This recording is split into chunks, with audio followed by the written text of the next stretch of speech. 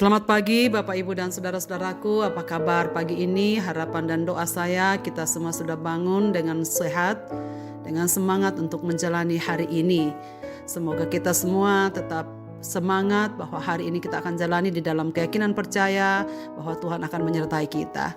Saudara, mari kita mendengarkan 2 Samuel pasal 12 ayat 1 sampai 9 demikian. Tuhan mengutus Natan kepada Daud. Ia datang kepada Daud dan berkata kepadanya, ada 2 orang dalam satu kota, yang seorang kaya dan yang lain miskin. Si kaya mempunyai sangat banyak kambing domba dan lembu sapi. Si miskin tidak mempunyai apa-apa, selain dari seekor anak domba betina yang kecil, yang dibeli dan dipeliharanya. Anak domba itu menjadi besar padanya bersama-sama dengan anak-anaknya, makan dari suapnya dan minum dari pialanya, dan tidur di pangkuannya seperti seorang anak perempuan baginya. Pada suatu waktu orang kaya itu mendapat tamu, dan ia merasa sayang mengambil seekor dari kambing dombanya atau lembunya untuk memasaknya bagi pengembara yang datang kepadanya itu. Jadi ia mengambil anak domba betina kepunyaan si miskin itu dan memasaknya bagi orang yang datang kepadanya itu. Lalu Daud menjadi sangat marah karena orang itu, dan ia berkata kepada Natan, demi Tuhan yang hidup, orang yang melakukan itu harus dihukum mati, dan anak domba betina itu harus dibayar gantinya 4 kali lipat, karena ia telah melakukan hal itu, dan oleh karena ia tidak kenal belas kasihan. Kemudian berkatalah Natan kepada Daud, engkaulah orang itu, beginilah firman Tuhan Allah Israel, akulah yang mengurapi engkau menjadi raja atas Israel, dan akulah yang melepaskan engkau dari tangan Saul. Telah kuberikan isi rumah tuanmu kepadamu, dan istri-istri tuanmu ke dalam pangkuanmu. Aku telah memberikan kepadamu kaum Israel dan Yehuda. Dan seandainya itu belum cukup, tentu kutambah lagi ini dan itu kepadamu. Mengapakah engkau menghina Tuhan dengan melakukan apa yang jahat di matanya? Uria orang Het itu kau biarkan ditewaskan dengan pedang. Istrinya kau ambil menjadi istrimu, dan dia sendiri telah kau biarkan dibunuh oleh pedang Badi Amon. Saudara-saudaraku, jika kita melihat anak-anak atau siapapun yang kita melakukan kesalahan, mudah bagi kita untuk menegurnya, bukan? Tapi bagaimana jika kita melakukan kesalahan atau orang lain yang melakukan kesalahan? Apalagi jika orang itu adalah orang yang terhormat atau raja besar yang kita hormati. Dalam renungan pagi kita kemarin telah kita dengarkan bagaimana Daud yang telah terlilit dengan begitu banyak dosa yang ia lakukan. Walaupun sebenarnya belum ada yang tahu dosa-dosa yang keji yang dilakukan oleh Daud. Dengan terbunuhnya Uria, Daud mengira apa yang disembunyikan telah selesai. Namun mata Tuhan dapat melihat semuanya. Tuhan tak dapat dibohongi. Daud telah terbelit rentetan dosa-dosa, zina, perencanaan pembunuhan, dusta, dan mengingini milik sesamanya. Walau telah berhasil menutupinya dengan rapat-rapat, namun dapatkah kita menduga bagaimana akibat kondisi hati nurani Daud? Saya percaya penuh bahwa Tuhan tak tinggal diam terhadapnya. Suara hatinya menggelisahkan dia. Hatinya pun turut berduka oleh karenanya walaupun tidak ada yang lihat.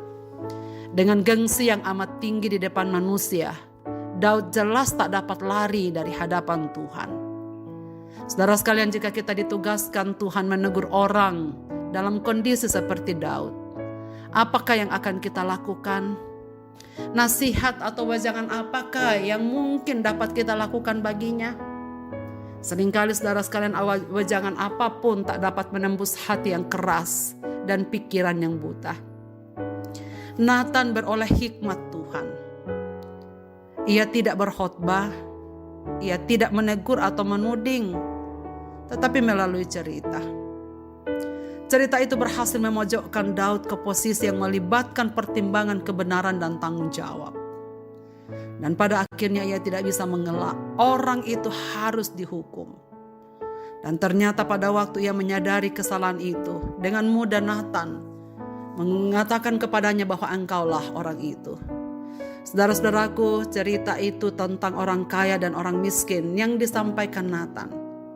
Ternyata menggambarkan kehidupan gembala miskin hidup sederhana dan memiliki hanya seekor anak domba.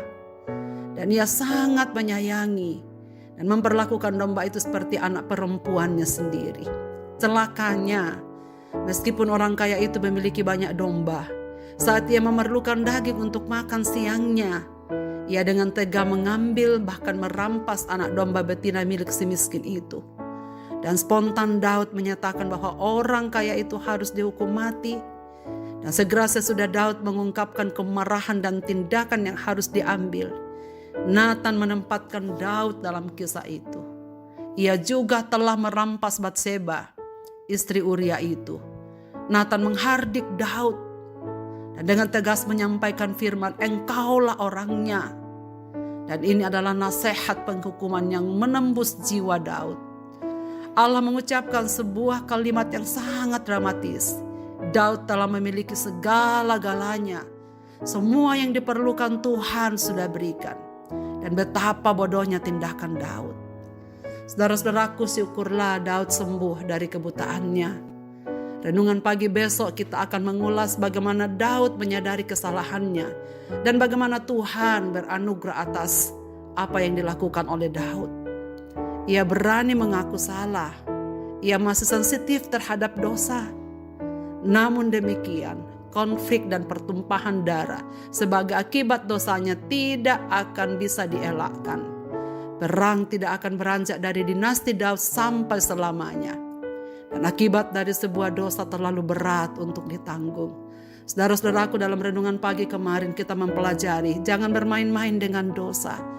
Dosa tepat atau lambat akan berakibat sangat fatal, dan bahkan jika terus-menerus kita pelihara, pada akhirnya akan menghancurkan seluruh hidup kita.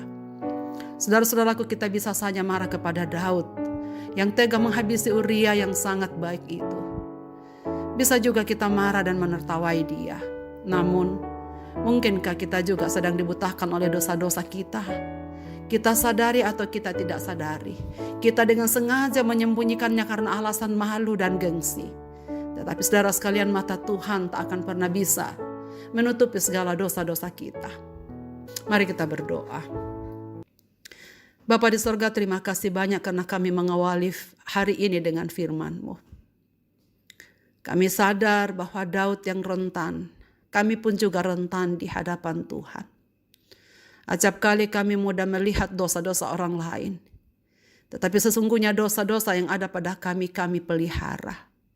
Kiranya Roh Kudus menolong kami supaya kami semakin melihat dan diberikan kekuatan untuk mengakui dan menyelesaikan segala dosa-dosa yang tersimpan jauh di dalam lubuk hati kami.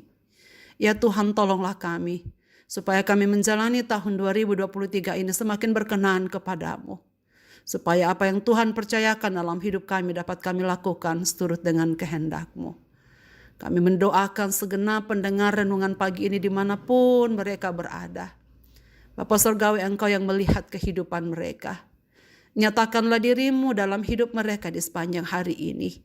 Dalam segenap yang terjadi, yang mereka alami, Tuhan tolonglah. Mereka yang sakit Tuhan sembuhkan.